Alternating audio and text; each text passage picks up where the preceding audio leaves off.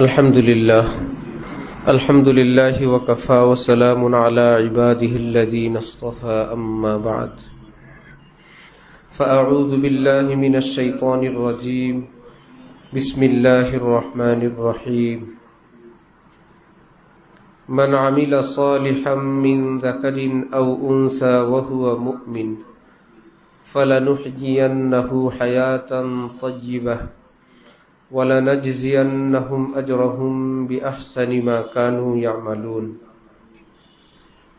صدق الله مولانا العظيم وقال رسول الله صلى الله تعالى عليه وسلم من اتقى الله عز وجل سار آمنا في بلاده أو كما قال النبي عليه الصلاة والسلام आदमीयत दादाई बादजा मुसलमा कर दई ऐ खुदा कुर्बा शवम एहसा बर एहसा कर दई। আল্লাহ পাকের আমাদের উপর বেশুমার বেহিসাব অগণিত মেহেরবানি।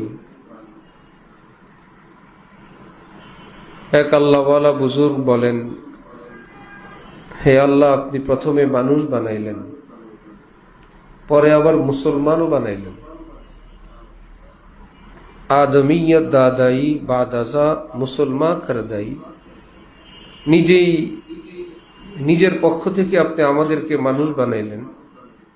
আপনি তো শিয়াল কুকুরও পৃথিবীতে সৃষ্টি করলেন, ইঁদুর বিড়াল শুকরও সৃষ্টি করলেন। আপনি চাইলে তো আমরা কিছুই না হইতে পারতাম, অন্য কিছু হইতে পারতাম। পৃথিবীর শ্রেষ্ঠ জাতি হিসাবে, মানুষ হিসাবে আপনি আমাদেরকে পৃথিবীতে পাঠাইলেন। এই পোশাকের এই সম্মান পৃথিবীতে একমাত্র মানুষের, এবং মানুষকে আল্লাহ পাক তাদের জন্য নবী রসুল পাঠাইলেন, আসমানি কিতাব পাঠাইলেন, মানব জাতিকে নিজের বন্ধু ঘোষণা দিলেন, নিজের প্রেম ভালোবাসার জন্য নির্বাচন করলেন যে এরা আমাকে ভালোবাসবে। কেমনে ভালোবাসবে সেই ভালোবাসার ক্ষেত্র সৃষ্টি করার জন্য পুরোটা পৃথিবী বানাইলেন। খেলাধুলা করবে তার জন্য একটা মাঠ দরকার, তার জন্য খেলার সামান দরকার। এই জন্য এক বুজুর্গ বলেন, হে আল্লাহ, আপনাকে আমি কত ভালোবাসি দেখাইতে মন চায়, কিন্তু আমি জায়গা পাই না দেখানো। এইদিকে নিচে জমিন, উপরে আসমান, এই অল্প একটু জায়গার মধ্যে আপনার ভালোবাসার জন্য আমি কতটা ছটফট করি, আমি দেখানো সম্ভব না।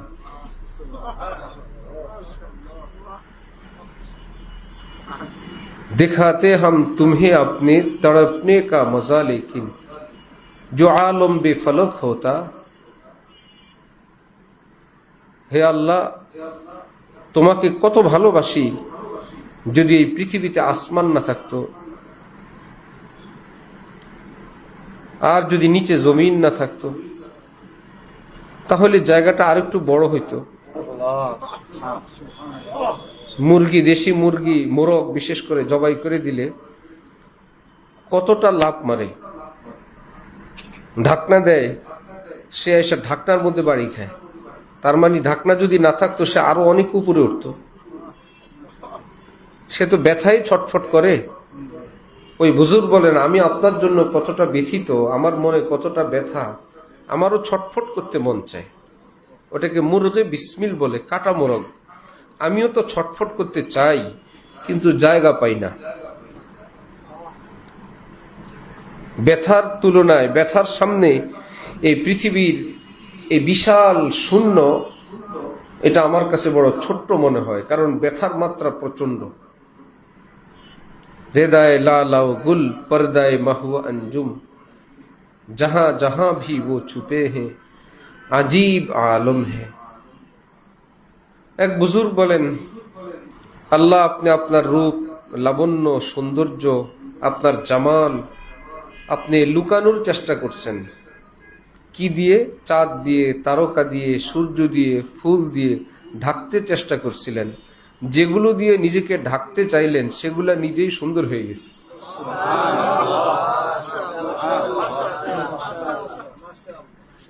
টর্চ লাইট কিংবা জ্বলন্ত কোনো লাইটের সামনে হাত দিলে হাতের মধ্যে একটা অতিরিক্ত ফোকাস, একটা আলো জমে না?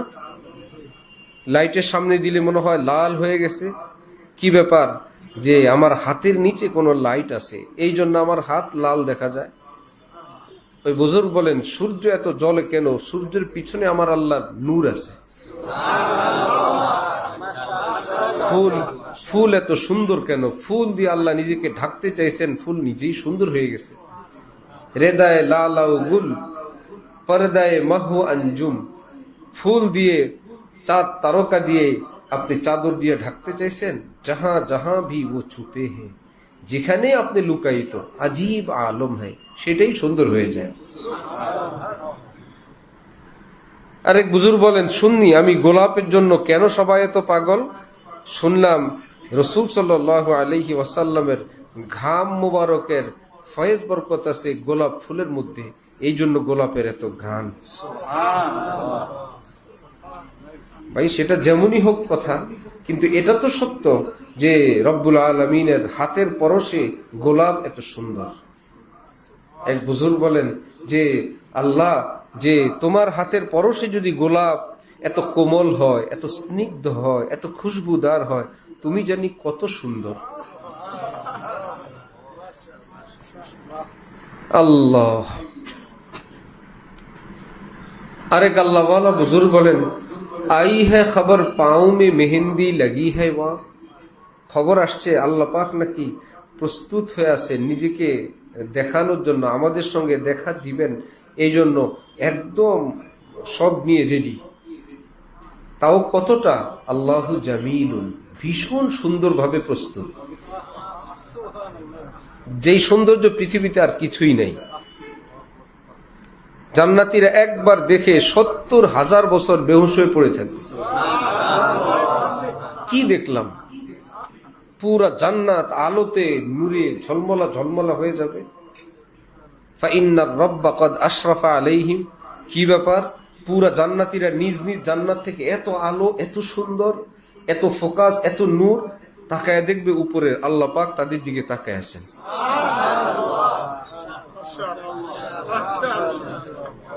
আই হ্যাঁ খবর পাও মে মেহেন্দি লাগি হ্যাঁ ওয়া। শুনলাম আল্লাহ ভীষণ সুন্দর, আল্লাহ নাকি আমাদেরকে দেখা দিবেন। আমিও দেখার জন্য এখানে প্রস্তুতি নিচ্ছি, কিন্তু এতটা প্রস্তুতি, আই হ্যাঁ খবর পাও মে মেহেন্দি লাগি হ্যাঁ ওয়া, বাস খুন টপক পড়া নিগহে ইন্তজার সে। অপেক্ষার প্রহর গুনতে গুনতে আমার চোখ থেকে অশ্রুর বদলে রক্ত ঝরতেছে, আমিও চোখ বন্ধ করতেছি না, আমি আল্লাহকে দেখবই। অপেক্ষায় বসে আছি। যেই বাচ্চার বাবা বিদেশ থেকে আসবে বাচ্চার জন্য কত কিছু নিয়ে, সে কি আজকে ঘুমায় পড়ে? আজকে বাচ্চার চোখে ঘুম নাই, আমার বাবা আসবেন। আব্বার জন্য যদি এত অপেক্ষা হয়, রব্বার অপেক্ষা কত বড়, যে রব্বা কত কিছু দিবেন। আল্লাহ। জিন্দিগির বেঁচে থাকে হায়াতের দ্বারা, হায়াত না থাকলে মুর্দা বলে। খুব খেয়াল করবেন, হায়াতের দ্বারা প্রাণীরা বেঁচে থাকে। হায়াত বেঁচে থাকে কেমনে? সব জিনিসের তো একটা হায়াত আছে। হায়াত সে বাঁচে কেমনে? সে বাঁচে আল্লাহর মহব্বতে।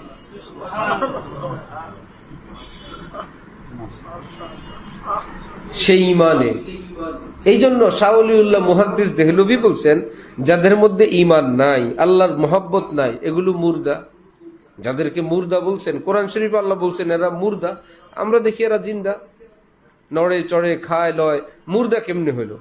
এদের মধ্যে যে বেঁচে থাকার একটা প্রাণ আছে, কিন্তু প্রাণের প্রাণ নাই, জানে জানা নাই।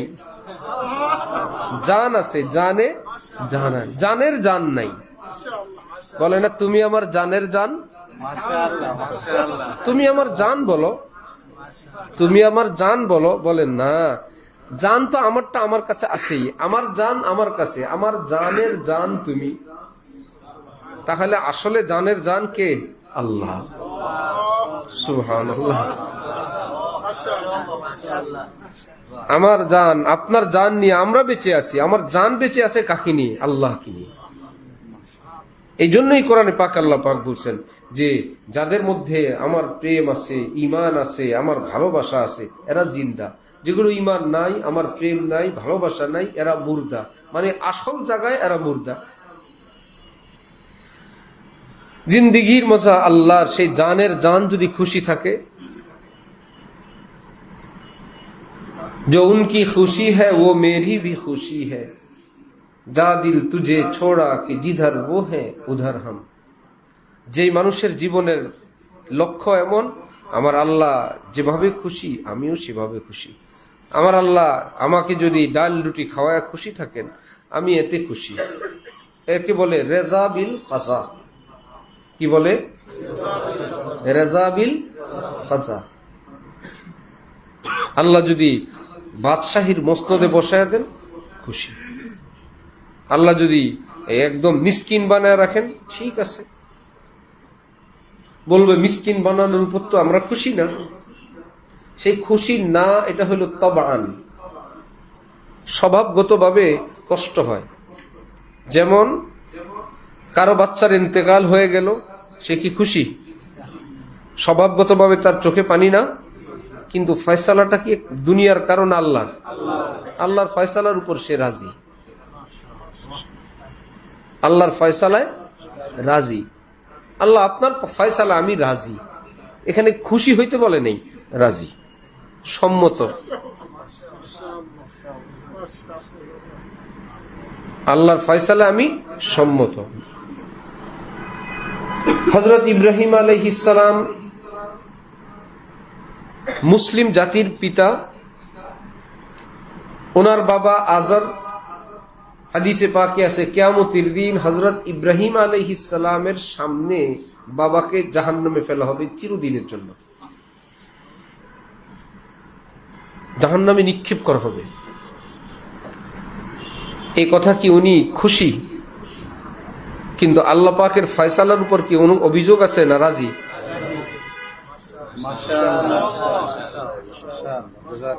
আপনার ফয়সালা আমার কোনো কথা নাই। আমার কষ্ট লাগে, নবীজির চাচা ইসলাম গ্রহণ করলো না, এতে কি নবী খুশি? কিন্তু আল্লাহ পাক বলছে ইন্নাকা লা তাহদি মান আহবাবতা ওয়ালাকিন্নাল্লাহ ইয়াহদি মান ইয়াশা। আপনি চাইলেই হেদায়েত দিবেন, সেটা হবে না, আমি চাইলে হবে। ঠিক আছে আল্লাহ, আপনার ফয়সালায় আমি খুশি, রাজি, কিন্তু আমার মনে তো কষ্ট। সেটা তোমার স্বভাবগত ব্যাপার। নবীজির সন্তানের ইন্তেকাল হলো, চোখ থেকে টপ টপ করে পানি পড়ছে। সাহাবাই কেরাম বললেন আপনি না সবরের কথা শিখাইলেন? বলল সবর তো আছেই, এটা হলো বাচ্চার অধিকার, বাচ্চার হক।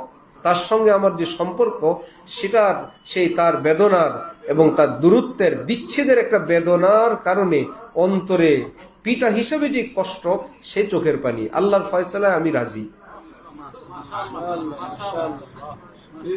হযরত হাকিমুল উম্মত আশরাফ আলী থানভী নওয়ারাল্লাহু মারকাদাহু, আল্লাহ পাক হযরতের কবরকে নূর দ্বারা ভরপুর করে দেন। হযরত বলেন, মুসলমানরা যদি শান্তি চাও, তাফউইজ করো, ন্যস্ত করো নিজের সকল বিষয়কে আল্লাহর হাতে। হে আল্লাহ, আমার সব বিষয় তোমার হাতে ন্যস্ত করে দিলাম। এক বুজুর্গ বলেন, সুপুরদাম বাতু মায়ায়ে খিসরা, আমার সব আমি তোমার হাতে দিয়ে দিলাম। মুশকিল। তুদানি হিসাবে কমো বেশরা, আমাকে কি করবা, কি দিবা সেটা তুমি জানো, আমি যা আছে দিয়ে দিলাম। আমাদের ধূপখোলা বাজারে বাজার করতে যাওয়া হয়তো আগে, বিশেষ করে হযরতওয়ালার বাসার বাজার। দেখতাম কিছু মাছ ব্যবসায়ী দুই একজন হাজী সাহেবকে দেখলে, মামা মামা হাজী সাহেব আপনি আসেন না, আপনার একটা মাছ খাওয়াইতে পারি না, আপনারে দিতে পারি না মাছ। নতুন ব্যাগ, চকচক একটা ব্যাগ নিয়ে কয়েকটা মাছ ভরে দিল। কত দিব? টাকা লাগবে না, আপনি নিয়ে যান, দেন আপনি যা দিবেন। এতক্ষণ দামাদামি চলছে, 5,000, সে 4,000 হলে দিবে। এতক্ষণ দাম হলো 8,000, সে 10,000 হলে দিয়েই দিত, সে চাই 10,000। কিন্তু এখন একজন হাজী সাহেব আসে তার মোহব্বতের, সে বলল এটা আপনি নিয়ে যান, এটা পদ্মার, এটা মেঘনার, এটা তাজা, আমি গিয়ে নিয়ে আসছি, আজকে টাকা লাগবে না, আপনি যা দেন নিয়ে যান তো, আপনি খায়া টাকা দিয়েন। আরে তোরা বাঁচি মরি, টাকা লো। এবার কি টাকা খুব হিসাব করে দিবে? খোঁজ নিয়ে জানা গেছে দাম 10,000 চাইছিল, এখন 10,000 12,000। খুশি আছস? এই বাসটা বাসায় দিয়ে আস। সুপুরদাম বাতু মায়ায় খেসরা, আমি আমার যা আছে তোমার দিয়ে দিলাম, তুমি যা দিবা দাও।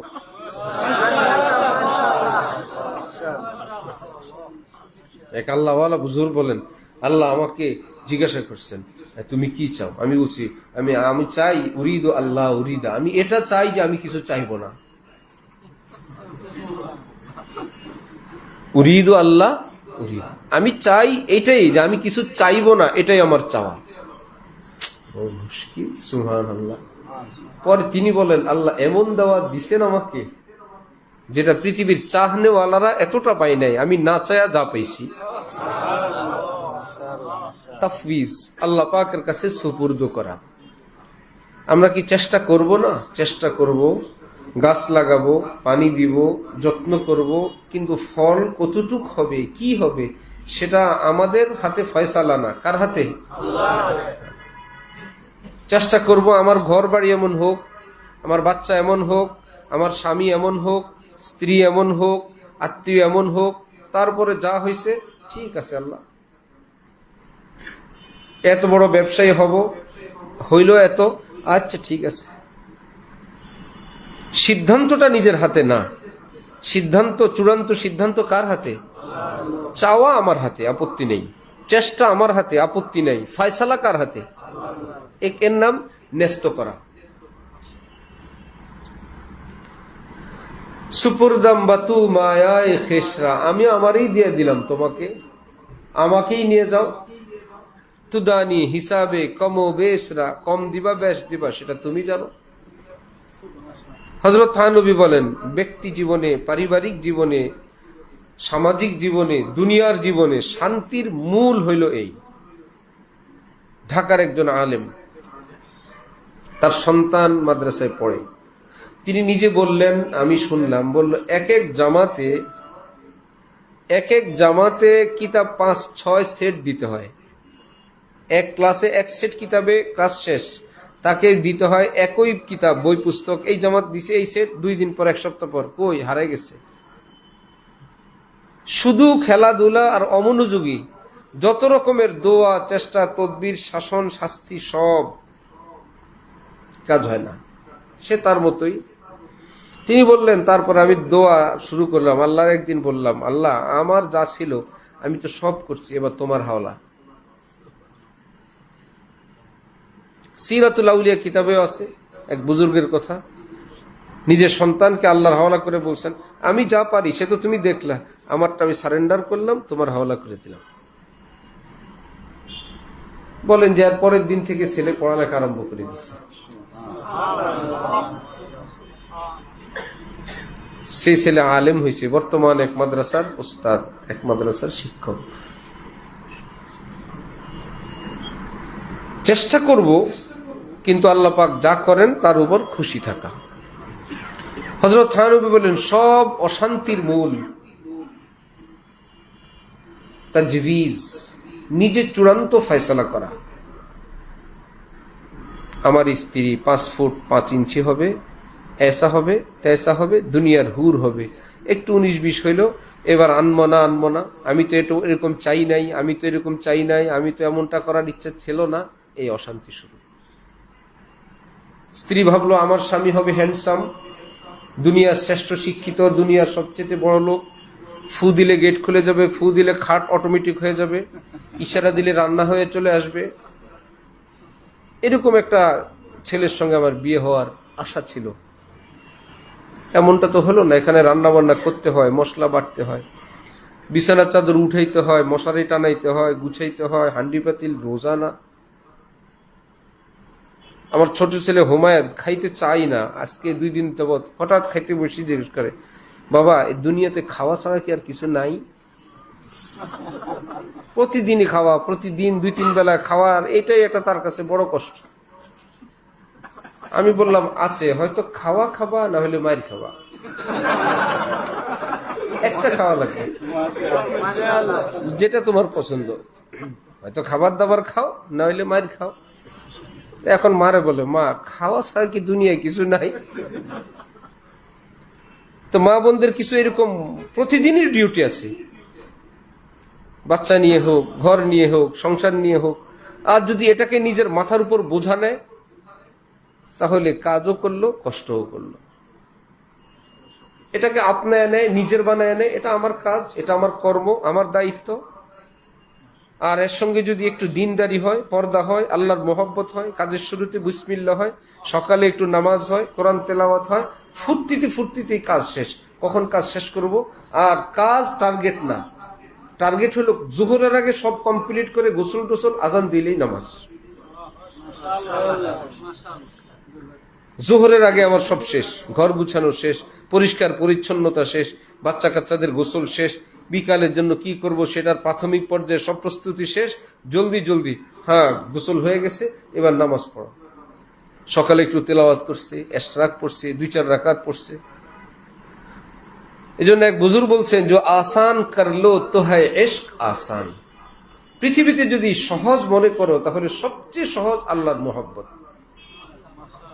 যে দুশওয়ার করলো তো দুশওয়ার ইয়া হ্যাঁ। একই কাজ যদি মুসিবত মনে করো, আল্লাহ রে কত নামাজ পড়বো জীবনে, আজকে আবার সেই নামাজ, আবার উজু, আবার সুন্নত, আবার বিতির, আবার নামাজ। বললো তো দুশওয়ার ইয়া হ্যাঁ, ওয়া ইন্নাহা লাকাবীরাতুন ইল্লা আলাল খাশিঈন।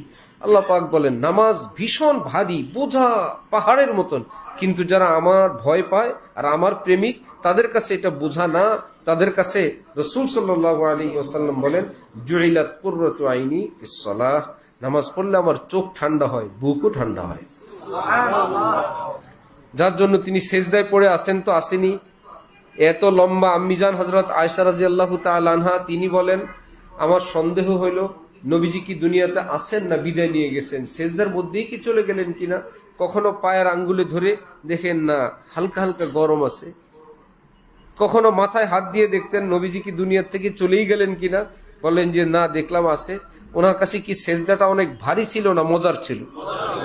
ভীষণ মজার, ভীষণ আনন্দের ছিল। এজন্য দিন, ঈমান, ইসলাম এবং ইসলামিক আমলগুলো, দিনদারির এই জীবনটাকে এটা বোঝা না বানায়, এটাই তো আমার মূল কাজ। কখন সেটা করব? তার আগের কিছু দুনিয়াবী কাজকর্ম, ব্যক্তিগত পরিবারের কিছু কাজকর্ম, সেটা যতটা ঝটপট শেষ করা যায়। আমি একটু কোরআনে পাক তেলাওয়াত করব। আমি আজকে এখনো কোরআন শরীফ তেলাওয়াত করতে পারি নাই, এখনো একটু ওজিফা পাঠ করতে পারি নাই, যে নির্দিষ্ট কোনো জিকির থাকলে সেটা করতে পারি নাই, একটু মুনাজাত দিতে পারি নাই। তো মুনাজাত, একটা তো হাত তুলে মুনাজাত। মুনাজাতের সুন্নত হলো আল্লাহ পাকের হামদ, দুরুদ শরীফ, তারপরে নিজের দোয়া দুরুদ যা বলার, শেষে আবার আল্লাহ পাকের হামদ, আবার দুরুদ শরীফ। হামদ এবং দুরুদ এ তো মকবুল আমল। আবার শেষের হামদ এবং দুরুদ, বিশেষ করে দুরুদ মকবুল আমল। বুজুর্গানে দিন বলেন, আল্লাহ এমন যে শুরুতেও কবুল আমল, শেষেও কবুল। এই দুই কবুলের উসিলায় মধ্যখানে তোমার যা কথাবার্তা সেটাও কবুল। বাইসা বাইসা কবুল করবেন আর বাকিগুলো বাদ দিবেন। চেহারায়, চোখের কোনায় একটু আল্লাহর ভয়ে মোহব্বতে পানি আসলে চেহারার উপর জাহান্নাম হারাম। তো চেহারার উপর জাহান্নাম হারাম, বাকি বডি জাহান্নামে যাবে, এরকম কি হবে? এইটুকুন কেটে জান্নাতি দিয়ে দিবেন? এটা একটা নাম। চেহারার উপর হারাম মানে কাটাকাটি নেই জান্নাতের, কোন অঙ্গ বেহেশতে যাবে আর বাকি অঙ্গ জাহান্নামে যাবে, এটা না। বললেন এই চেহারা জান্নাতে যাবে, তাহলে কাটাকাটি যেহেতু নাই, বাকি অঙ্গ কোথায়? জান্নাতে। সুবহানাল্লাহ। চেহারা জান্নাতে মানে বাকিটাই জান্নাতে। কেমনে? ভারতের এক এলাকার রাজার ইন্তেকাল হইল। উজিররা সকলে মিলে, রাজার এক ছোট্ট ছেলে ছিল, তাকে কেন্দ্রীয় বাদশার কাছে নিয়ে রওনা হয়েছে যে আমরা প্রস্তাব করব রাজার ছেলেকেই রাজা বানানো হোক। ছোট্ট ছেলেকে বাড়িতে নিলে সে ভিতরে প্রবেশ করছে, গিয়ে দেখলো হিন্দু রাজা তখন সে গোসল করতেছে।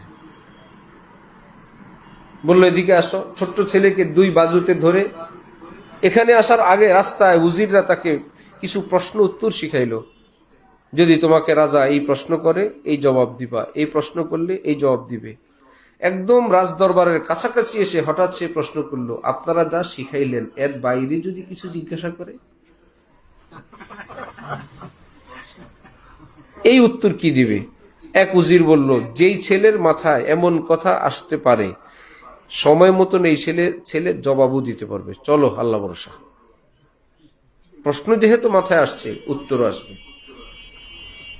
এখন রাজা বেচারা গোসল করে হাউজে, ওই ছেলেকে হাউজের পাড় থেকে বললো এদিকে দাও, দুই বাজুতে ধরে বলল ডুবাই, পানিতে ডুবাই। সে খিলখিল করে হাসে। হাসছো কেন?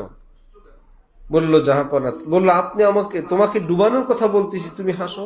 সে বলল, জনাব আপনার দুই হাত দিয়ে আমাকে ধরা, আমি ডুবা অসম্ভব।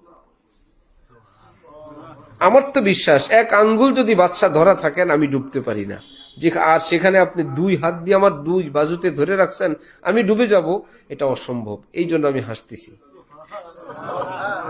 বাদশা বলল, যাও নিয়ে যাও, এই ছেলেকে ওই এলাকার রাজা বানায় দাও।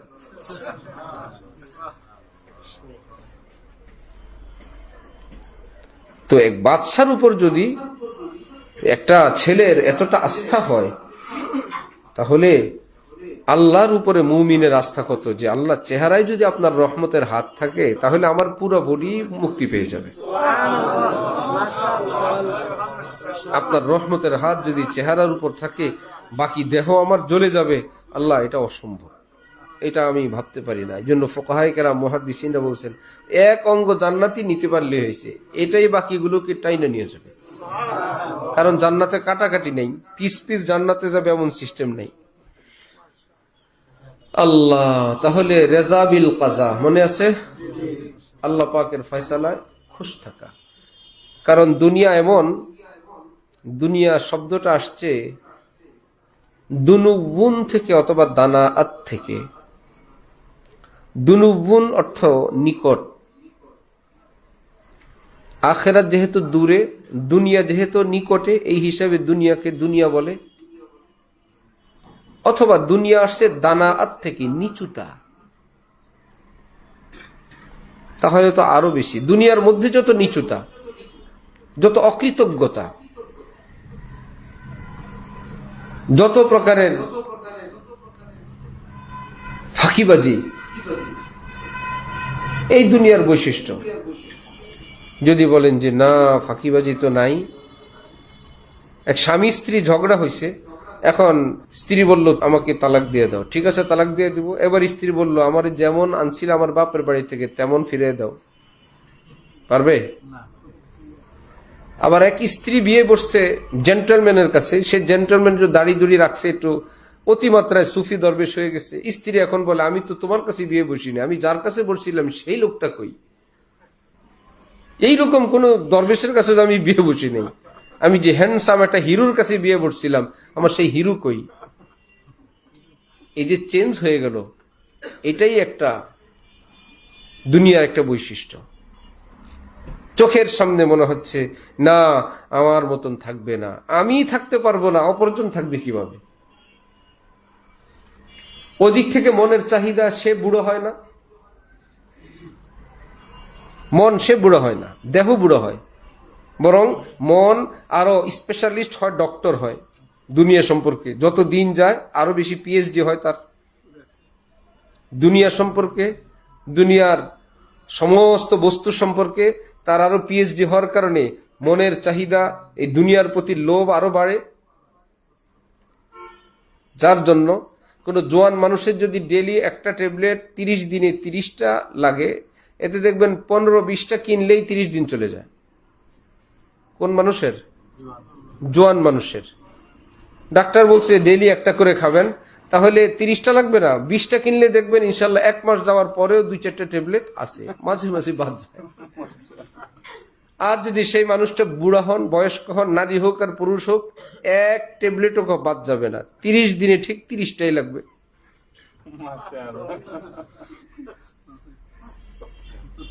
কারণ হায়াতের মায়া বেড়ে যায়, স্বাস্থ্যের মায়া বেড়ে যায়, সচেতনতা বেড়ে যায়, আর তখন আর ভুল হয় না। যত ভুল জোয়ানকালেই হয়। তাহলে জীবন সম্পর্কে সতর্ক হয় যখন, তখন তো আর শরীর চলে না, চোখ চলে না, দেহ চলে না, হাত চলে না, পা চলে না, নিজেই নিজেকে নিয়ে তাজ্জুব করে যে ক্যা সে ক্যা হো গায়ে দেখতে দেখতে। এই সময় যদি আল্লাহর প্রেম, ভালোবাসা, মোহাব্বত না থাকে, একদম আষ্টে পৃষ্ঠে ধ্বংস।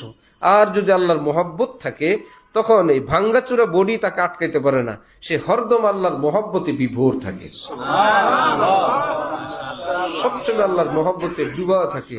সে যে বুড়ো হয়ে গেছে, তার চাল চলন এবং মনের ফুর্তি আর আনন্দ ভালোবাসায় সে, আরে বাবা, যৌবনকালের ফুর্তির চেয়ে এখন তো আমার মোহাব্বত আল্লাহর সঙ্গে আজকে 40 বছর, আল্লাহর সঙ্গে প্রেমের বয়স 40, 50, 60। আজকে এতদিন যাবৎ ওনাকে ভালোবাসি, তিনিও আমাকে ভালোবাসেন। हम तुम ही बस आगा है इस रब्त खफी से, मालूम किसी और को ये राज नहीं है। হে আল্লাহ, তোমার সঙ্গে আমার গোপনে কথা হয়, আমাদের এই গোপন রহস্যের কথা পৃথিবীতে আর কেউ জানে না। আর কেবল টার্গেট আমার আল্লাহর খুশি। একজন কষ্ট দেয়, এইবার কষ্ট দিলে কি করা যায়, আমিও পাল্টা প্রতিশোধ নিতে পারি, কিন্তু যদি সীমা লঙ্ঘন হয় আল্লাহ নারাজ হবেন, আর যদি মাফ করে দেই আল্লাহ খুশি হবেন। ওয়াল কাযিমিন আল গাইজ, আচ্ছা ওকে মাফ করে দিলাম, আল্লাহ আপনি খুশি আছেন তো? মেসেজ আসে মনে, যে মনটা বড় উৎফুল্ল, বড় খুশি, বুঝাই যায় আল্লাহ যে খুশি, সেটার একটা ফোকাস সঙ্গে সঙ্গে দুনিয়াতে আল্লাহ অন্তরে দান করে দেন। টের পাওয়া যায় বান্দা আল্লাহ যে খুশি, তার একটা খুশির ফোকাস বান্দার অন্তরে এসে পড়ে। আর যদি একটু ভুল বিচ্যুতি হয়, অ্যাক্সিডেন্ট হয়, অসন্তুষ্টির ফোকাসও একটা বান্দা বান্দির মনে এসে পড়ে। এবার স্বামী হোক, স্ত্রী হোক, একে অপরকে খুব খেয়াল করে চলে। যখনই এমন কোনো পাঠ আসে, কিছু বলা যায়, কিন্তু বললে কি আল্লাহ খুশি হবেন? এমন এক মাস্টারি নিচে, সেই মাস্টারির কারণে যে বললে কি আল্লাহ খুশি হবেন, না বললে খুশি হবেন, ওই ভিতরের ওই ওস্তাদ তাকে কিছু বলা থেকে বিরত রাখে। চলো নাই বললাম, চলো সেটাকে ক্ষমাসুলভ দৃষ্টিতে দেখলাম, আল্লাহ যদি খুশি হয়ে যান, চলো একটু চুপ থাকলে যদি আমার আল্লাহ খুশি হয়ে যান, চুপই থাকলাম। ক্ষমা করলে যদি আল্লাহ আমাকে ক্ষমা করে দেন, ক্ষমা করেই দিলাম। অল্প কয়েকদিনের জন্য আমরা সহযাত্রী জীবনের, অল্প কয়েকদিনের যাত্রী না। বিবাহটা কি জীবনের শুরুর থেকে হয় না কিছুদিন পরে? বেশ পরে। এরপরে কি এটা দুইজন একদিনে ইন্তেকাল না। যার যখন টিকিট শেষ, সঙ্গ ছেড়ে চলে যায়, যে তোমার সঙ্গে ছিলাম, আজকে আমি গেলাম, আমার টিকিট চলে আসছে। আরে ভাই, জীবনের শুরুতে পাইলাম না, মধ্যখানে এসে পাইলাম। 25-30-এ যে যখন সাক্ষাৎ হলো, এত সুন্দর সম্পর্ক, তাহলে বুঝতে হবে এই সম্পর্কটাও আবার এমন না যে এখন মৃত্যু পর্যন্ত এবং পরকালের প্রত্যেক ধাপে ধাপে একত্রে থাকা যাবে। এই কয়েকদিনের জন্য একত্রিত হইলাম, আবার যার টিকিট আসবে সে চলে যাবে। ইয়াউমা ইয়াফিরুল মারউ মিন আখিহি ওয়া উম্মিহি ওয়া আবিহি ওয়া সাহিবাতিহি ওয়া বানিহি। তাহলে কিয়ামতের মাঠে তো দেখা হবে, আমিও তো কবরে যাব। আল্লাহ পাক বলেন সেই দিনের খবর, ইয়াফিরু, একে অপরকে রেখে শুধু ভাগবে। স্বামী স্ত্রীকে দেখে পালাবে, স্ত্রী স্বামীকে দেখে দৌড়াবে। কেন ঘটনা? লিকুল্লি ইমরিইম মিনহুম ইয়াউমা ইদিন শা'নুন ইউগনি। প্রত্যেকের নিজের এমন ব্যস্ততা থাকবে, অপরের দিকে তাকানোর তার সুযোগ থাকবে না। এতটা প্রচন্ড প্রেসার থাকবে তার উপর, অন্যের দিকে, অন্যের কথা ফিকির করা। সে অন্যের মধ্যে কে আছে ওই লিস্টে আল্লাহ দিয়ে দিলেন, একদম ঘনিষ্ঠদের লিস্ট। মা, বাপ, ছেলে, সন্তান, স্বামী, স্ত্রী, ভাই, এরাই তো সবচেয়ে কাছের, এদের লিস্ট দিয়ে দিলেন। অন্যদের তো এবার বুঝো। তাহলে এই সম্পর্কটা অল্প সময়ের, সেটাকে সুখময় করার জন্য বড় জ্ঞান চাই, বড় বুদ্ধি চাই, বড় বিচক্ষণতা চাই। যে ভাই যেমনই হোক, একটু চুপ থাকলে যদি ফ্যামিলিতে সুখ আসে, একটু চুপ থাকি। ক্ষমা করে দিলে যদি ফ্যামিলিতে সুখ আসে, ক্ষমা করে দেই। আর যদি আমি একটু কষ্ট করলে একটু সুখ আসে, একটু কষ্ট করি, এটা স্বামীর হোক বা স্ত্রীর হোক। হযরত হাকিমুল উম্মত থানভী নওয়ারাল্লাহু মারকাদাহু কত উন্নত তবিয়তের, উন্নত মেজাজের এক মানুষ। ওনার একজন স্ত্রী ওনাকে ডিজাইন করা, হাতে কাজ করা একটা জামা পায়জামা বানায় দিয়ে বললেন, আপনি এটা ঈদের দিনে পরবেন, আমি খুশি হব। হযরত থানভী কখনোই এমন জামা পরেন নাই, পরতেন না। এখন স্ত্রী এটাকে এত কষ্ট করে তৈরি করলেন, পরবেন কিনা। তিনি বললেন, শরীয়তের দৃষ্টিতে এই জামা পরা তো হালাল, জায়েজ, কোনো গুনাহ নাই। তো জায়েজ পন্থায় আমার স্ত্রী আমাকে খুশি করতে চায়, আমি যদি এই জায়েজ জিনিসটা বর্জন করি সে কষ্ট পাবে। আর জায়েজ জিনিসটা যদিও আমার তবিয়তে আমার মনে চায় না, আমি যদি একটু মনে কষ্ট, ভিতরে ভিতরে কষ্ট হইলো, বেচারির খুশির জন্য একটু ব্যবহার করলাম, তাহলে তো একটা ইবাদত হয়, আল্লাহর বান্দিতে একটু খুশি হয়। হাকিমুল উম্মত থানবীর মতো মানুষ ওই ডিজাইন করা জামা পায়জামা ইত্যাদি গায়ে দিয়ে ঈদের নামাজে গেছেন। কতটা কোরবানি ছিল ওনার, নিজের উপর কতটা প্রেসার, কিন্তু দেখলেন ভাই শরআন তো এটা জায়েজ। তো বেচারি তো আমার কাছে না জায়েজ কোন আবদার করে নাই, এটা জায়েজ আবদার। জায়েজ আবদার করলে বেচারি খুশি হবেন। চলো, এই জন্য স্বামী স্ত্রীর মধ্যে এমন বিষয় যদি থাকে যেটা শরআন জায়েজ, তাহলে এই আবদার অপরজন যদি এতে খুশি হন, একটু কষ্ট হইলেও তবিয়তে যদি একটু পছন্দ হয় সেটাকে মেনে নেওয়া চাই। তাহলে অপরজন খুশি হইলেন, একদিন তিনিও ভাববেন আমার জন্য এত কষ্ট। এমন মানুষ হয় না, এমন স্বামী হয় না, এমন স্ত্রী হয় না, একটু সবরের দ্বারা। আর বলতে গেলে সাধারণত দেখা যায় শয়তান এসে যোগ হয়।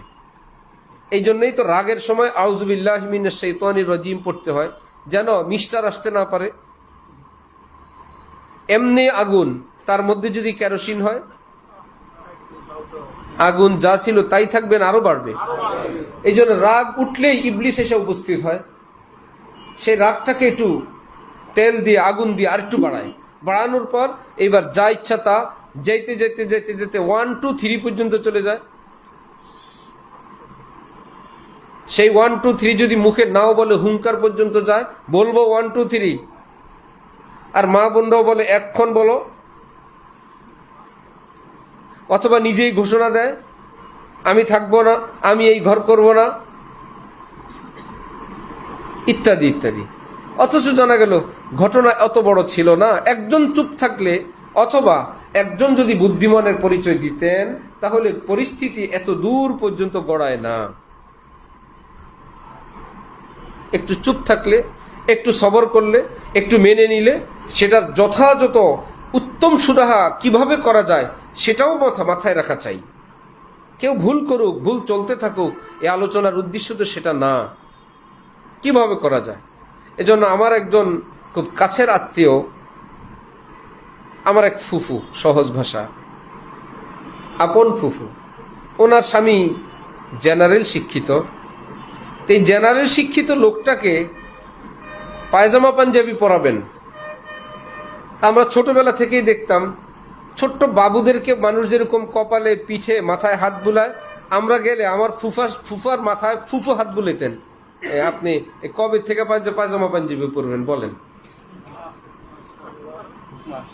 আমাদের সামনেই বলেন আপনি কবে থেকে পরবেন? আপনি আপনি এইভাবে থাকেন, আমার রান্না করে খাওয়াই তো কষ্ট হয়। আপনি যদি একটু সুন্নতি লেবাস পরতেন, আমার রান্না করতে আরো আনন্দ লাগতো, যে আমার রান্নাটা একজন দ্বীনি লেবাসধারী মানুষ খাবেন। কিন্তু সেটাকে এমন ভাষায় প্রতিবাদ করার ভাষা ওনার কাছে নাই। কি মুশকিল! এভাবে রাখতে রাখতে ওনাকে দাড়ি রাখাইলেন, পায়জামা পাঞ্জাবি পরাইলেন। শেষের দিকে কেবল বলতো, মজে দোয়া করবা তোমার ফুফাজির নামাজটা খুব দ্রুত হয়ে যায়, একটু যাতে আসতে হয়। বলে অনেক চেষ্টা করছি আমি। উনি যখন নামাজ শুরু করে আলহামদুলিল্লাহ রাব্বিল আলামিন রহমানির মালিক বলে, এর আগেই শেষ হয়ে যায়।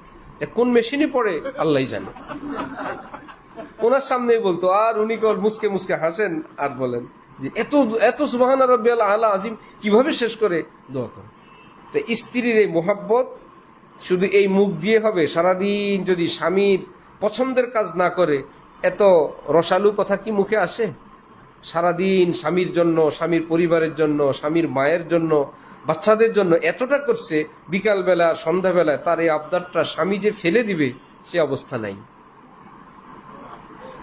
বিপরীতটাও হইতে পারে,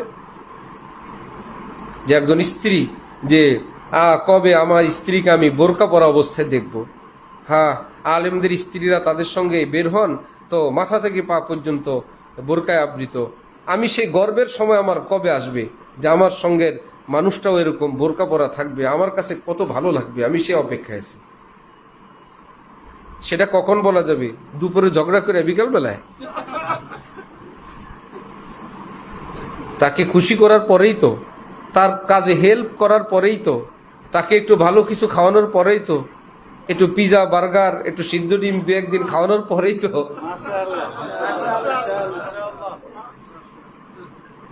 ঠিক আছে, মানুষ তো না, তার একটু তারিফ, তার একটু প্রশংসা, তার মা বাবা ভাই বোনের একটু তারিফ, তার মা বাবা ভাই বোনের একটু প্রশংসা, তার পরিবারের তাদের গোষ্ঠীগতির একটা প্রশংসা। মানুষের মধ্যে কি কোনো গুণাবলী থাকে না?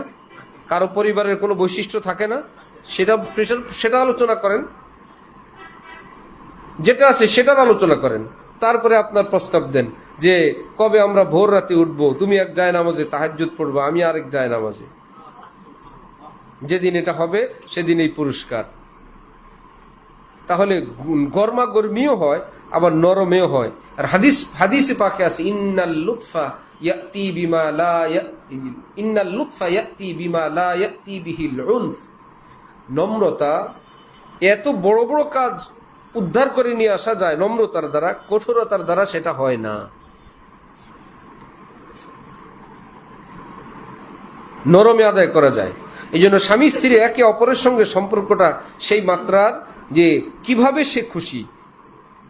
হযরত ডাক্তার আব্দুল হাই সাহেব রহমতুল্লাহ আলাই পাকিস্তানের মস্ত বড় এক বুজুর্গ ছিলেন, হাকিমুল উম্মতের খলিফা ছিলেন, পাকিস্তানের প্রেসিডেন্ট জিয়াউল হক রহমতুল্লাহ আলাইর পীর ছিলেন, বহুত বড় আল্লাহওয়ালা বুজুর্গ, উসওয়ায়ে রাসূল আকরাম সাল্লাল্লাহু আলাইহি ওয়াসাল্লাম কিতাবের মুসান্নিফ। নবীজির জীবনী সম্পর্কে এক উচ্চমানের কিতাব, মাশাআল্লাহ বাংলা ভাষায়ও পাওয়া যায়। এবং এত উচ্চমানের কিতাব যেটা দাওরা হাদিস পড়ার পর মুফতি সাহেবরা যে এফতা পড়েন, ওই এফতার মধ্যে সেটা সিলেবাসভুক্ত।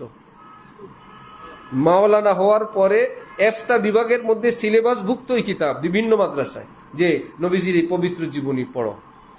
হযরত ডাক্তার আব্দুল হাই সাহেব রহমতুল্লাহ আলাইহির ইন্তেকালের পর ওনার স্ত্রী বিবৃতি দিছেন, কাছের মানুষের কাছে যারা জানতেন, বলছেন আমাদের স্বামী স্ত্রীর সম্পর্ক ছিল বাসর ঘরে যেমন, ওনার মৃত্যু পর্যন্ত এমন।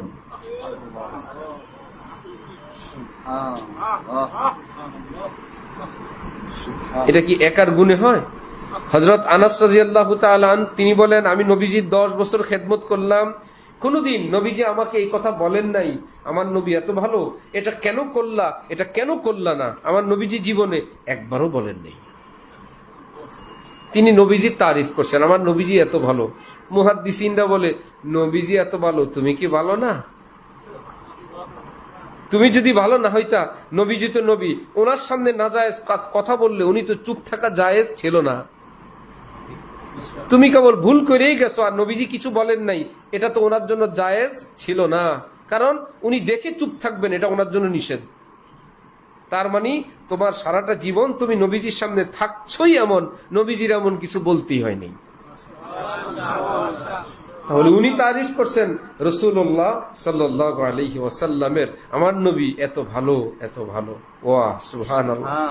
একবার তো কোনো কাজে পাঠাইছেন, অনেকক্ষণ দেরি হয়ে গেছে, তো ছোট মানুষ, নবীজি অপেক্ষা করে নিজেই রওনা হয়েছেন, দেখি এতক্ষণ আসে না, আহা, গিয়ে দেখেন কোন ক্যানভাসারের খেলা দেখতেছে।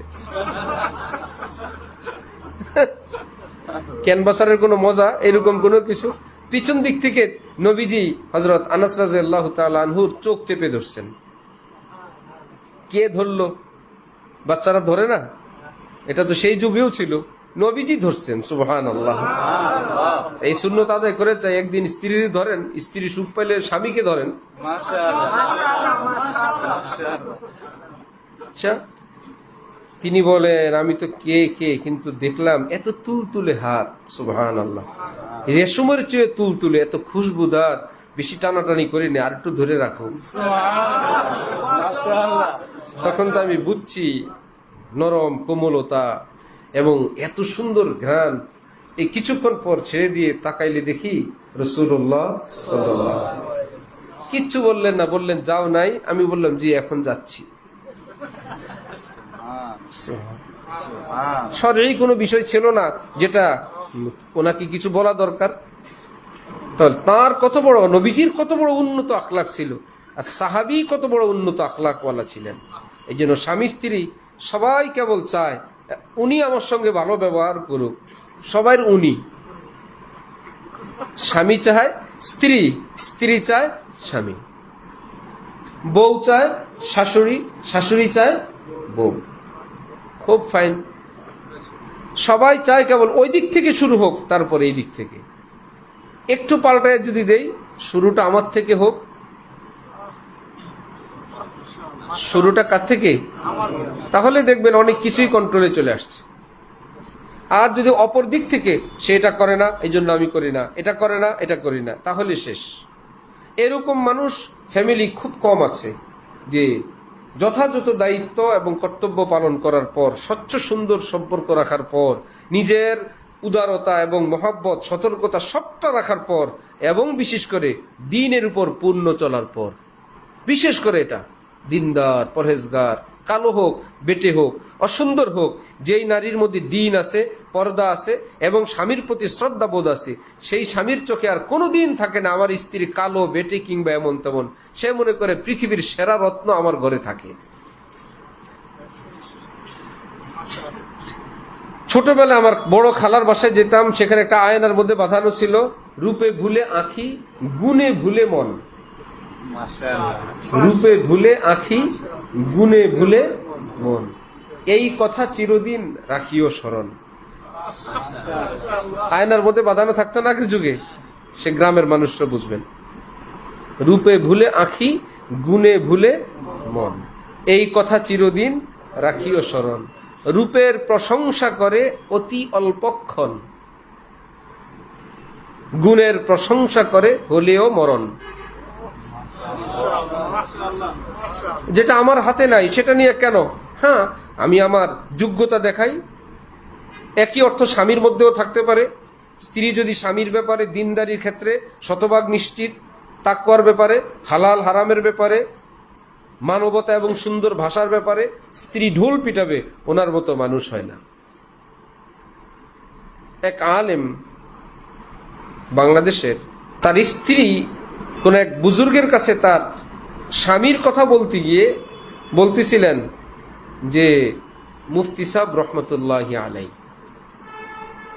স্বামীর ইন্তেকাল হয়েছে, তো তাদের পারিবারিক জটিল কোনো বিষয়ে কোনো আলেমের সঙ্গে কথা বলবেন ফোনে, তো ফোনে নিজের স্বামীর কথা বলতে গিয়ে মুফতি সাহেব, আমার স্বামী, বাচ্চাদের বাবা, এই পর্যন্তই ক্ষান্ত হন নাই।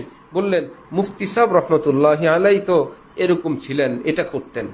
ওই বুজুর্গ বলেন যে আল্লাহ রে, স্ত্রীর মুখে স্বামীর এই শ্রদ্ধা ভক্তির আওয়াজ আমি শুনে ভাবলাম ওই স্বামী কত বড় দিনদার মানুষ ছিলেন, কতটা পরহেজগার ছিলেন যে তার স্ত্রী তাকে এতটা সম্মানের সঙ্গে স্মরণ করেন। এজন্য সকলেই চায় সুখে থাকুক, সকলেই চায় অপরজন আমার কাছে আমার সঙ্গে ভালো ব্যবহার করুক। তো অন্যকে আমি পারবো না, আমারটা তো পারবো। সেজন্য এক নম্বরের কাজ দিনদারি, এক নম্বরের কাজ 5 ওয়াক্ত নামাজ। একে অপরকে যদি দেখে যে না আল্লাহর ভয় আছে, হালাল খায়, নামাজ বাদ দেয় না, তাহলে অন্যান্য ব্যাপারগুলো তার কাছে না, কখনো শরীয়তের খেলাফ তিনি কিছু করবেন না।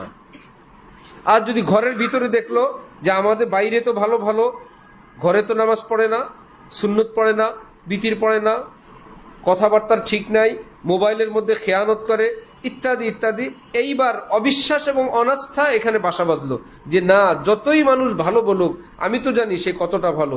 এইবার শুরু হলো সন্দেহর দানা। হাজার কসম করলেও বিশ্বাস করবে না, কারণ তা সে হলো রাজসাক্ষী যে আমার সামনে এইরকম বদ্দিনী। এই জন্য বাস্তব দিনদারি এটা মানুষের জীবনের সুখের একটা মূল। মান আমিলা সালিহাম মিন যাকারিন আও উনসা, আল্লাহ পাক বলে নারী হও পুরুষ হও, যদি নেককার জীবনের গ্যারান্টি আমাকে দাও, নেককার কি শুধু মানুষের সামনে না সর্বত্র, এই ডিউটি আমাকে দাও, ফালানুহিয়ান্নাহু হায়াতান তাইয়্যিবা, আমি আল্লাহ ওয়াদা করলাম অবশ্যই অবশ্যই তোমাদেরকে সম্মানজনক, সুখময়, শান্তিময় একটা দুনিয়ার জীবন দান করে দিব। পরকালেরটা তো আছেই বরাদ্দ, দুনিয়ায় তোমাদের সুখময় করব, কিন্তু আমি আপনি আল্লাহর কাছে ওই গ্যারান্টি নিতে পারিনি। গ্যারান্টিটা আল্লাহকে দিব, তিনি তো চাইছিলেন এই গ্যারান্টি দাও, আমি তোমাকে দিব। तू जो रहरो हर कदम पे खा रहा है ठोकरे लंघ तुझ भी है वरना रास्ता हमवार है। আমাদের জীবনের যত অশান্তি এটা আমাদের হাতের কামাই। কারণ স্বামী স্ত্রীর প্রথম দিন তো কোনোদিন অশান্তি ছিল না। সেজে গুজে তো সবাই বিবাহের পিঁড়িতে বসছি, সকলেই বাসর ঘরে আসছি। কোত্থেকে শুরু হলো আমাদের অশান্তিটা? সেটা নির্ধারণ করা চাই, সেটাকে নিবারণ করা চাই, সেটা থেকে মুক্ত হওয়া চাই। দেখবেন আল্লাহ পাক আবার সেই বাসর ঘরের মতো নতুন সুখ আবার দান করবেন ইনশাআল্লাহ। আর দুনিয়া হলো এমন এক জায়গা, এখানে সে আগেই বলছিলাম দানাআত থেকে নিচুতার জায়গা, অকৃতজ্ঞতার জায়গা, শুধু অকৃতজ্ঞতা। এটা জেনে রাখতে হবে। আর যারা যৌথ ফ্যামিলিতে থাকেন, বিশেষ করে সেই মা সেই বোনদেরকে অনেক বেশি আবদারের সঙ্গে বলবো, বিশেষ করে শাশুড়ির সঙ্গে যারা থাকেন, কিংবা দূরে থাকুক শাশুড়ি, সে আমার বোনরা, আপনার শাশুড়ির সঙ্গে আজকে আপনি যেমন করবেন, অল্প কিছুদিন পর আপনি শাশুড়ি হবেন, সেটাই পাবেন।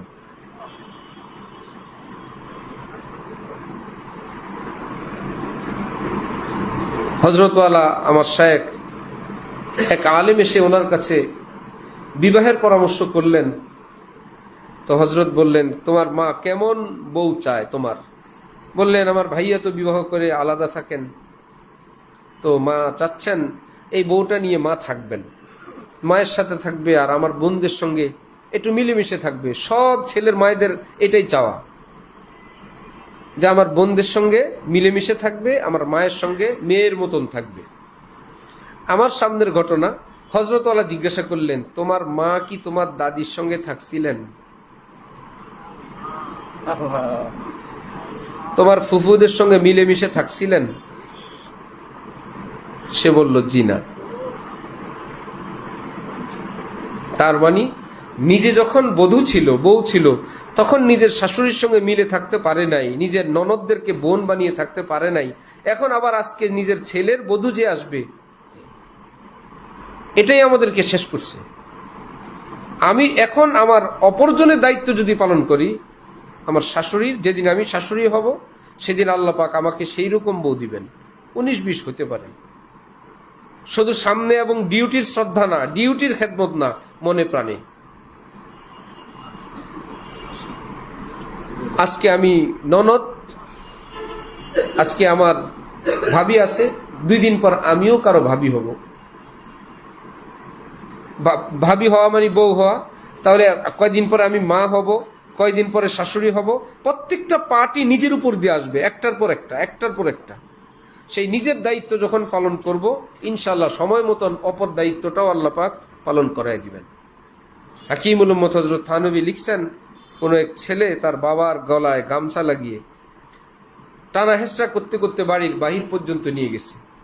একটা পর্যায়ে গিয়ে এই আহত বাবা বলে উঠল ছেলেকে, আর নিও না, নিলে জুলুম হবে। তো ছেলে বলল, এতক্ষণ জুলুম হয় নাই? বলল, না, ওইটা আমি প্রাপ্য ছিলাম, কারণ আমিও আমার বাবাকে এই পর্যন্ত আনছিলাম, ওইটুকুন তো আবার পাও না। এই জন্য তুমি আমার ছেলে, জুলুম না করো, এইটুকুন তো আমি পাবো, আমারটা তো আমাকে দিয়ে দিলা, ভোগ করতে হবে, আমি তো জানি।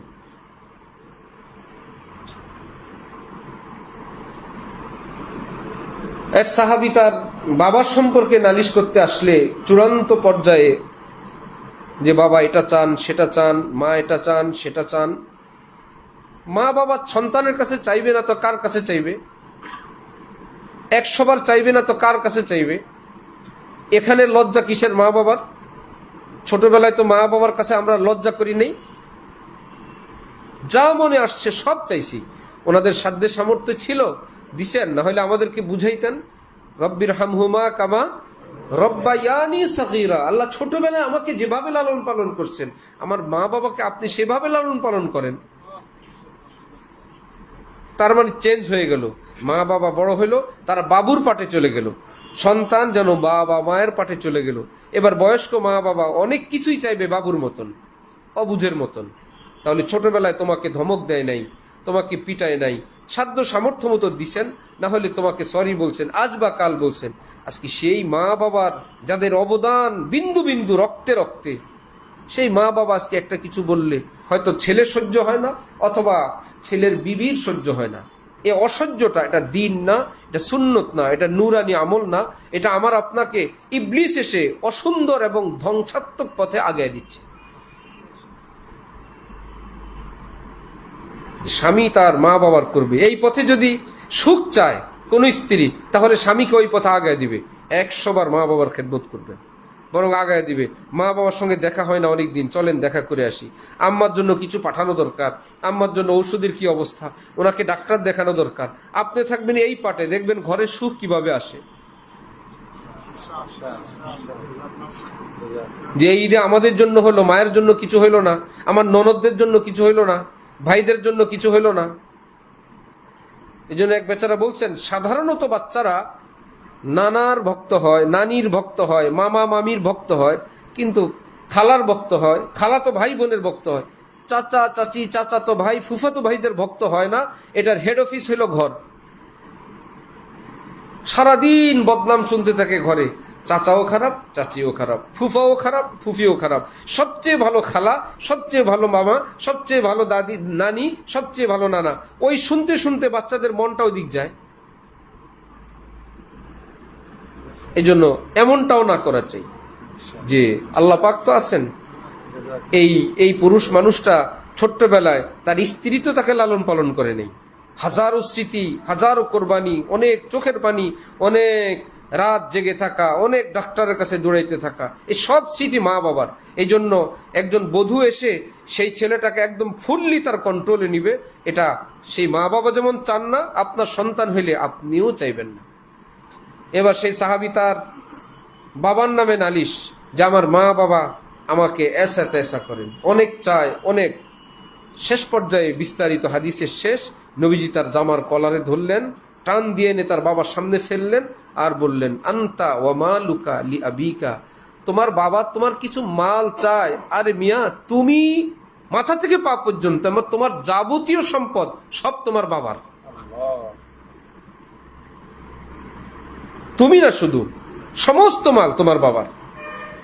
এজন্য আমার মায়েরা, আমার বোনরা, অনেকেই শুনছেন বা পরে শুনবেন, আমি আপনাদের কাছে অনুরোধ করব, আপনি যদি আপনার ঘরে সুখ চান, এই বিষয়ে আপনি আরো সহনশীল হন, আরো ধৈর্যশীল হন, আর উদারতার পরিচয় দেন। আমি আপনাকে বলবো না আপনি সীমা লঙ্ঘন করেন। আপনার স্বামী যদি সীমা লঙ্ঘন করে, যে অপচয় করে, আপনার বাচ্চা এবং আপনার ভবিষ্যতের খেয়াল না রাখি, শতবার আপনি তাকে এই ব্যাপারে হেল্প করতে পারবেন, সতর্ক করতে পারবেন, সহযোগিতা করতে পারবেন, যে আমরা কম খাবো, আমরা একটু সঞ্চয় করি। কিন্তু এর অর্থ এই না সঞ্চয় তার মা বাবাকে না দিয়ে সঞ্চয়, তার ভাই বোনকে না দিয়ে সঞ্চয়। হাদিসে পাকে আছে, কেউ যদি চায় তার হায়াতে বরকত হোক, তার রিজকে বিশাল বরকত হোক, রাসূল সাল্লাল্লাহু আলাইহি ওয়াসাল্লাম বলেন, সে যেন নিজের ভাই বোন আপনজনের মধ্যে ব্যাপক খরচ করে, তাদেরকে সহযোগিতা করে, তাহলে আল্লাহ পাক তার হায়াতেও বরকত দিবেন, রিজকেও বরকত দান করবেন। আল্লাহ। আর সবচেয়ে বড় শিক্ষা প্রতিষ্ঠান মায়ের ঘর, বাচ্চাদেরকে তারা যেন দিনদার হয়, এই জন্য ঘরগুলো প্রাথমিকভাবে তাদের সেই শিক্ষাটা দেওয়ার জন্য ব্যবস্থা রাখা চাই। ঘরের মধ্যে কোনো বদদিনী, কোনো অশ্লীলতা, কোনো অসুন্দর চালচলন, অসুন্দর পোশাক, অসুন্দর ভাষা ব্যবহার না হয়। ইবনে খালদুন ইসলামিক অনেক বড় বিজ্ঞানী ছিলেন, উনি বলছেন, যে আচরণ শিশুর সামনে করা হয়, সে আচরণের একটা বীজ ওই শিশুর মনে বপন হয়, এটা বড় হবে, সময় মতন ফল দিবে, তোমাকে ভোগ করতে হবে। তুমি সিদ্ধান্ত নাও কোন ফল তুমি ভোগ করতে চাও। সদাচার, তাহলে সদাচার তাকে শিখাও। দান সৎকা, তাকে দান সৎকা শিখাও।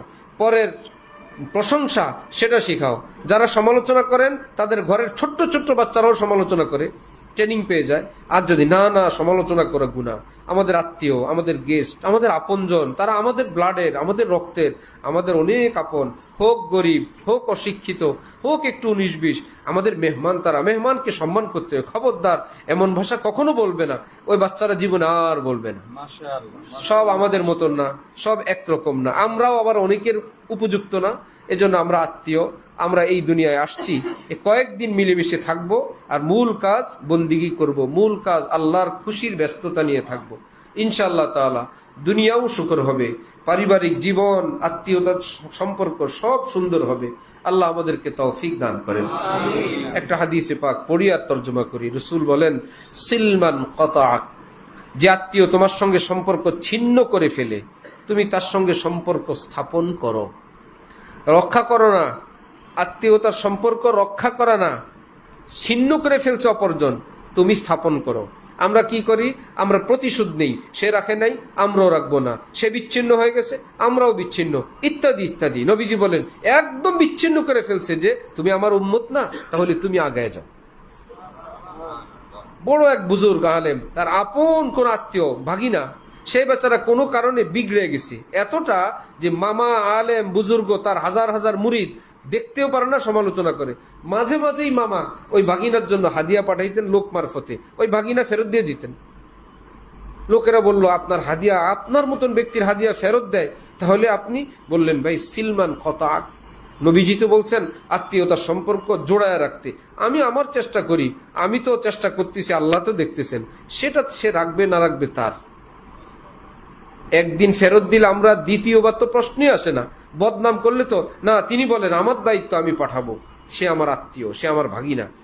একদিন বহু বছর পর, বছর পর পায়ে এসে পড়ছেন যে মামা, আমি জুলুম করে গেছি, আমি অত্যাচার করে গেছি, সীমা লঙ্ঘন করে গেছি, কিন্তু আপনি আপনার মামার ভূমিকা থেকে, আত্মীয়তার ভূমিকা থেকে এক চুল লড়েন নাই, আমি জুলুম করছি, আমাকে মাফ করে দেন। হয়ে গেল সোজা। ওয়াফু আম্মান যালামাক, নবীজি বলেন, কেউ যদি তোমাকে জুলুম করে, অত্যাচার করে, তাকে ক্ষমা করে দাও। ওয়া আহসিন ইলা মান আসাআ ইলাই, যে তোমাকে কষ্ট দিল, তুমি তাকে ক্ষমা করে দিয়ে ক্ষান্ত হও না, তুমি তার উপর ইহসান করো। আল ইনসানু আব্দুল ইহসান, প্রবাদ আছে, কেউ কাউকে অনুগ্রহ করলে, উপকার করলে, একদিন, 2 দিন, 3 দিন, অটোমেটিকলি অপরের মনে এটা দাগ কাটে। ঠিক এমনি ভাবে মিথ্যা বলা জায়েজ নাই, কিন্তু দুই মুসলমানের মধ্যে মিল মিলাপ পয়দা করার জন্য আস্ত মিথ্যা বলা জায়েজ। সেখানে একে অপরের নামে এক জায়গায় গিয়ে, জানেন আপনার নামে এই বলছে, জানেন আপনার ব্যাপারে তো এরকম ধারণা রাখে না, এই পিছনে এগুলো সব আমাদের গুনাহে কবিরার চর্চা। দিনদারের ফ্যামিলি, জানার দরকার কি, পিছনে সব মানুষ স্বাধীন। আমাকে সবাই একদম ফেরেশতা ভাবতে হবে কেন? যে যা ইচ্ছা তাই বলুক, সেটা আমার এখানে বসে বসে ভাবতে হবে কেন? যে অন্য মানুষকে নিয়ে ভাবনা এবং কুৎসা রটানোর এই সমস্ত বাজে নিচু চিন্তা থেকে আমাদের আল্লাহ মুক্ত করেন, মুক্ত থাকার তৌফিক দান করেন।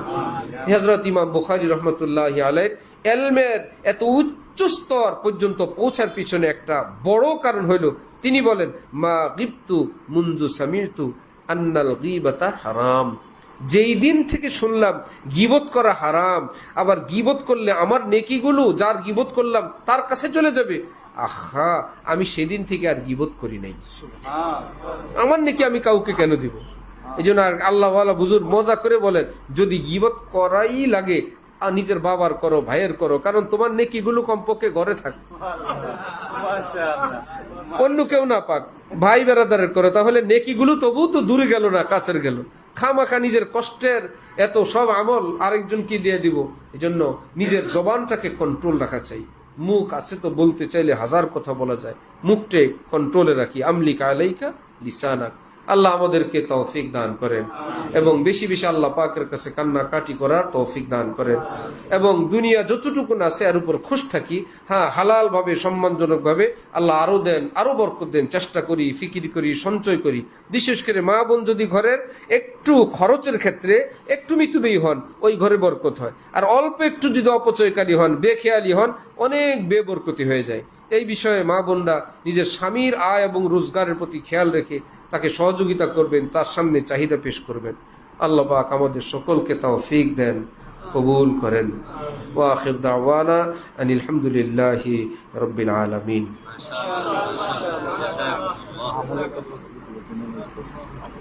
ছোট ছোট কিছু আমল আগের যুগের বুজুর্গানে দিন নিজের মুরিদদেরকে, ভক্তদেরকে একটা আমল দিতেন। এই আমলে পীর মুরিদি শুরু, এই আমল দিয়ে পীর মুরিদি শেষ। এটা দিয়ে গুনাহ ছুটতো, এটা দিয়ে ওলি আল্লাহ হইতো, এটাই ওলি আল্লাহদের উচ্চ স্তরের প্রমোশন পাইতো। আমল একটা, সেটা হলো লা হাওলা ওয়ালা কুওয়াতা ইল্লা বিল্লাহিল আলিয়্যিল আযীম। অর্থ হলো, হে আল্লাহ, গুনাহ ছাড়ার কোনো ক্ষমতা আমার নাই, কোনো আমল করার ক্ষমতাও আমার নাই। আপনি দয়া করলে আমি গুনাহও ছাড়তে পারবো, নেক আমলও করতে পারবো। এটা আল্লাহর সামনে শতভাগ সারেন্ডার করা। শব্দ কি স্যালেন্ডার না সারেন্ডার? সারেন্ডার, সিলিন্ডার না, গ্যাসের সিলিন্ডারও না, সিলিন্ডারও না। সারেন্ডার অর্থ আত্মসমর্পণ করা। বান্দা যখন আল্লাহর সামনে এরকম সারেন্ডার করে, আত্মসমর্পণ করে, আল্লাহ পাক খুশি হয়ে ফেরেশতাদেরকে বললেন, শুনলা আমার বান্দা তো সব গুনাহ ছেড়ে দিছে, বান্দা তো ভালো হয়ে গেছে। হযরত থানবী বলেন, হযরত ওয়ালা করাচি বলেন, বান্দা যখন প্রতিদিন আমল করতে থাকে আর আল্লাহ ওদিকে বলতে থাকেন, এখন সেই ব্যক্তি যদি গুনার মধ্যেই থাকে, তাহলে ফেরেশতারা বলবে, আল্লাহ ছাড়ে তো নাই, আপনি বললেন ছেড়ে দিছে, ভালো হয়ে গেছে, ভালো তো হয় নাই। তাহলে আল্লাহ পাকের কথার লাজ থাকে না, সম্মান থাকে না। আল্লাহ পাক নিজের কথার সম্মান রক্ষার্থে ওই বান্দাকে ভালো হওয়ার তৌফিক নিজেই দিয়ে দেন। বলছিলাম না ভালো হয়েছে, দেখলা ভালো হয়ে গেছে, আল্লাহ তাকে ভালো বানায় দেন। আপাতত কেউ চাইলে 5 ওয়াক্ত নামাজের পর 7 বার করে পড়তে পারেন। আরো যদি বেশি করতে চান, 5 ওয়াক্ত নামাজের পর 20 বার করে পড়লে প্রতিদিন 100 বার হবে ইনশাআল্লাহ। আল্লাহ পাক তৌফিক দান করেন। আর 100 বার লা ইলাহা ইল্লাল্লাহর আমল মস্ত বড় আমল, খুবই ছোট আমল, কয়েক মিনিটের আমল।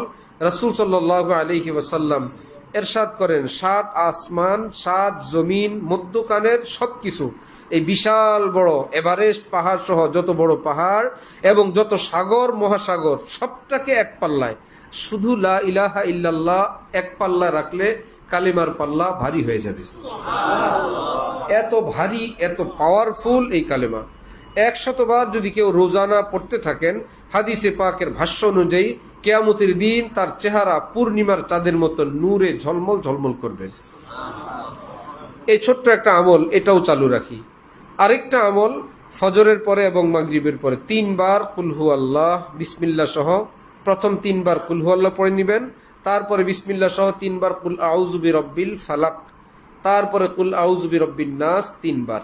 অর্থাৎ কোরআনে পাকের সর্বশেষ 3 সূরা প্রত্যেকটা 3 বার করে পড়ে নিলে হাদিসে পাকের ভাষ্য অনুযায়ী সমস্ত বিপদ আপদ মুসিবত থেকে, জাদু টোনা জিন ভূত বান যত কিছু আছে, আল্লাহ পাক তাকে হেফাজত করবেন। এই ছোট্ট আমলগুলো করার চেষ্টা করি।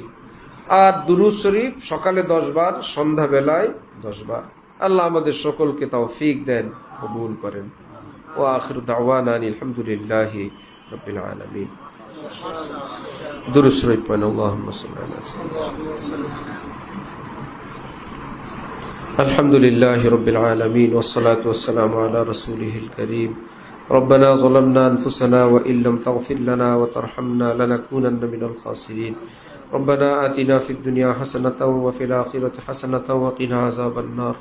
يا الله يا رحمن يا رحيم يا حي يا قيوم برحمتك نستغيث. أصلح لنا شأننا كله ولا تكلنا إلى أنفسنا طرفة عين. يا الله يا رحمن يا رحيم. اللهم أنت الله لا إله إلا أنت الأحد الصمد الذي لم يلد ولم يولد ولم يكن له كفوا أحد. আয় আল্লাহ, নিজ মেহেরবানিতে, আয় আল্লাহ নিজ দয়া আমাদের সকলকে মাফ করে দেন। আয় আল্লাহ আমাদের জীবনের সব গুনাহ মাফ করে দেন, ছোট বড়, জানা অজানা, নয়া পুরানা সমস্ত গুনাহ থেকে আমাদেরকে মুক্তি দান করে দেন। আয় আল্লাহ পাক পবিত্র জিন্দেগি দান করেন। আয় আল্লাহ দিনদারির জিন্দেগি দান করেন। 5 ওয়াক্ত নামাজ সুন্নত মোতাবেক আদায়ের তৌফিক দান করেন। হালাল খাওয়ার উপর জিন্দেগি কাটানোর তৌফিক দান করে দেন। হালাল রুজিতে সকলের বরকত দান করেন। আয় আল্লাহ সকলের ঘরে ঘরে সুখ শান্তি দান করেন। কোনো কষ্ট পেরেশানি থাকলে আল্লাহ এর থেকে আপনি রেহাই দান করেন। যারা কষ্ট দেয়, জুলুম করে, তাদেরকে তওবা করার তৌফিক দান করেন। আয় আল্লাহ আয় আল্লাহ যাদের থাকার মতো ঘর বাড়ি নাই, উত্তম ঘর বাড়ির ব্যবস্থা করে দেন। যাদের ঘরের মধ্যে উপযুক্ত ছেলে মেয়ে আছে তাদের উত্তম বিয়ে শাদীর ব্যবস্থা করে দেন। আয় আল্লাহ যারা ব্যবসা করেন তাদের ব্যবসা বাণিজ্যে বরকত দান করে দেন। আয় আল্লাহ যাদের সন্তান যে কোনো ভাবে ভুল পথে চলে গেছে, আয় আল্লাহ তাদেরকে নেককার ফরমাবরদার হওয়ার তৌফিক দান করেন। পিতামাতাকে সন্তানের হক, সন্তানকে পিতামাতার হক আদায়ের তৌফিক দান করেন। আয় আল্লাহ স্বামী স্ত্রী একে অপরের হক আদায়ের তৌফিক দান করেন। বউ শাশুড়ি ননদ ভাবি ভাই ভাইয়ের মধ্যে আয় আল্লাহ সুসম্পর্ক বজায় রেখে চলার তৌফিক দান করে দেন। আয় আল্লাহ আপনার শরীয়ত এর পক্ষ থেকে যার যে কর্তব্য, আয় আল্লাহ সেই দায়িত্ব কর্তব্য আদায়ের তৌফিক দান করে দেন। আয় আল্লাহ আমাদের দেশের উপর সমাজের উপর রহমত নাজিল করেন। আয় আল্লাহ মুসলিম মিল্লাতের উপর রহমত নাজিল ফরমান। আয় আল্লাহ যেখানে যে মুসলমান ভাই বোনরা কষ্টে আছে, আয় আল্লাহ সেই কষ্ট থেকে তাদেরকে রেহাই দান করেন। আয় আল্লাহ বিশেষ করে আমাদের ফিলিস্তিনের মা বোনদেরকে, আয় আল্লাহ মুসলমানদেরকে হেফাজত ফরমান। আয় আল্লাহ সেখানের এই মৃত্যুর মিছিল আপনি বন্ধ করে দেন। আল্লাহ আয় আল্লাহ জালিমদেরকে আপনি হেদায়েত দান করে দেন। আয় আল্লাহ জালিমদের হেদায়েত ভাগ্যে না থাকলে এই জুলুমের পথ থেকে ফেরার তৌফিক দান করেন। আয় আল্লাহ তারা না ফিরলে আপনি আসমানি আযাব গজব দিয়ে তাদেরকে থামায় দেন। আয় আল্লাহ আপনি তাদেরকে নিজ কুদরতে এই অন্যায় পথ থেকে দূরে থাকার জন্য বাধ্য করে দেন। আয় আল্লাহ তাদেরকে, তাদের দোসর, তাদের মদতদাতা, অস্ত্রদাতা, পরামর্শদাতা সকলকে আপনি আযাব গজব দিয়ে অন্ধ বানায় দেন, ধ্বংস করে দেন। তাদের অস্ত্র দিয়ে তাদেরকে ধ্বংস করে দেন। আল্লাহ মুসলিম এবং অমুসলিম বিশ্বকে আপনি ফিলিস্তিনিদের পক্ষে ভূমিকা রাখার তৌফিক দান করে দেন। ফিলিস্তিনকে একটা মুসলমানের স্বাধীন রাষ্ট্র হিসাবে আয় আল্লাহ আপনি নিজ কুদরতে কবুল করে নেন। আয় আল্লাহ জাতিসংঘকে যথাযথ ভূমিকা আদায়ের আপনি তৌফিক দান করেন। আল্লাহ মুসলিম শাসকদের উপর রহমত দান করেন, সুন্দর সুষ্ঠুভাবে পরিচালনার তৌফিক দান করেন, দ্বীন ঈমানের কদর করার তৌফিক দান করেন। আয় আল্লাহ মুসলমান হিসেবে তাদের বেঁচে থাকার এবং দায়িত্ব আদায়ের তৌফিক দান করে দেন। সমস্ত আলিম তালেবে ইলমদের হায়াতে বরকত দান করেন। সব মসজিদ মাদ্রাসা দ্বীনের মারকাজগুলো আপনি হেফাজত করেন। আয় আল্লাহ সমস্ত মাদারেস মাসাজিদের জরুরত আপনি পুরা করে দেন। যত প্রতিবন্ধকতা, যত কষ্ট পেরেশানি আছে সব দূর করে দেন। আয় আল্লাহ খাস করে আমাদের মারকাজুল ইহসানকে কবুল ফরমান। আয় আল্লাহ মারকাজুল ইহসানের तमाम হাজত জরুরত গায়বী খাজানা থেকে আপনি পুরা ফরমান। আয় আল্লাহ আমাদের দারুল উলুম দেওবন্দকে আপনি হেফাজত করেন।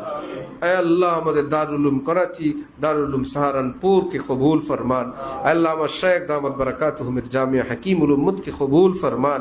तमाम মাদারিস কওমিয়া, মাদারিস দিনিয়া যে যেখানে যেই নামে দ্বীনের খিদমত করতেছেন মাওলা আপনি নিজ কুদরতে সকলের খিদমতকে কবুল ফরমান। আয় আল্লাহ তালেবে ইলমদেরকে যোগ্য যোগ্য আলিম হওয়ার হিম্মত এবং তৌফিক দান করেন। আসআতিজা কেরামকে সেরকম খেদমত তৌফিক দান করেন। আয় আল্লাহ তাদেরকে আয় আল্লাহ নায়েবে রাসূল হওয়ার মতন হিম্মত এবং স্বপ্ন দেখার তৌফিক দান করেন। কবুল ফরমান, কবুল ফরমান, কবুল ফরমান। আয় আল্লাহ আজকের এই দিনে আলোচনার জন্য যারা ফিকির করলেন, অংশগ্রহণ করলেন, বিভিন্নভাবে কষ্ট করলেন, জায়গায় জায়গায় আমার মা বোনরা শুনলেন মাওলা অন্তর্জামী খোদা, আয় আল্লাহ তাদের অন্তরের সমস্ত নেক দোয়া আপনি কবুল ফরমান। আল্লাহ আপনার হাবিবের উসিলায় কবুল ফরমান। আমাদের দোয়া মুনাজাত সরওয়ারে কায়নাত রাসূলুল্লাহ সাল্লাল্লাহু আলাইহি ওয়াসাল্লামের উসিলায় কবুল ফরমান। সুবহান রাব্বিকা রব্বিল ইজ্জাতি আম্মা ইয়াসিফুন ওয়া সালামুন আলাল মুরসালিন আলহামদুলিল্লাহি রাব্বিল আলামিন সাল্লাল্লাহু।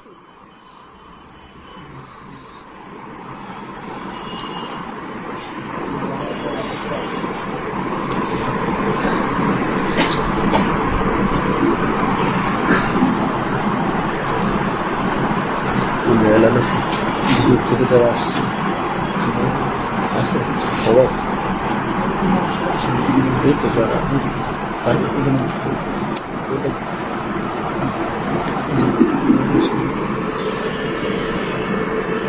যারা বাহির থেকে মেহমানরা আসছেন আপনাদের জন্য সামান্য মেহমানদারির ব্যবস্থা আছে। তালেব ইলমরা যাওয়ার পরে এখানেই কষ্ট করে বসলে ইনশাআল্লাহ কিছুক্ষণের মধ্যেই পরিবেশন করব।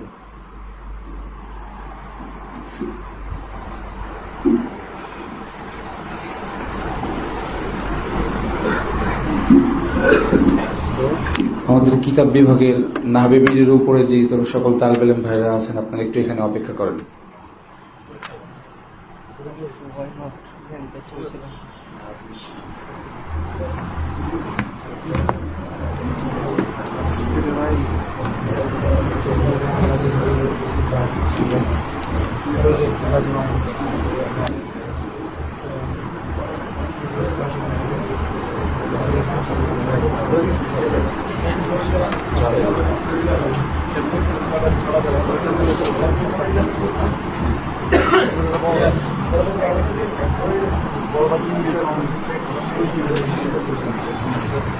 এই ফ্লোরেতে তালবেলেন্দা আছেন যে ফ্লোর যাদেরকে দেওয়া হয় না তারা 4 টাকা চলে যান ভাই আছেন ভাতটা দেওয়া হয়নি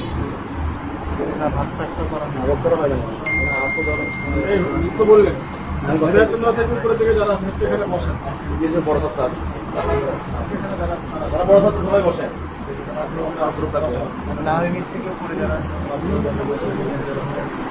যারা আগ্রহ করে করতেছেন বসেন ছোট তালবেলেন যারা আছেন হাবিল বা নিচের দিকে তারা নিচে যান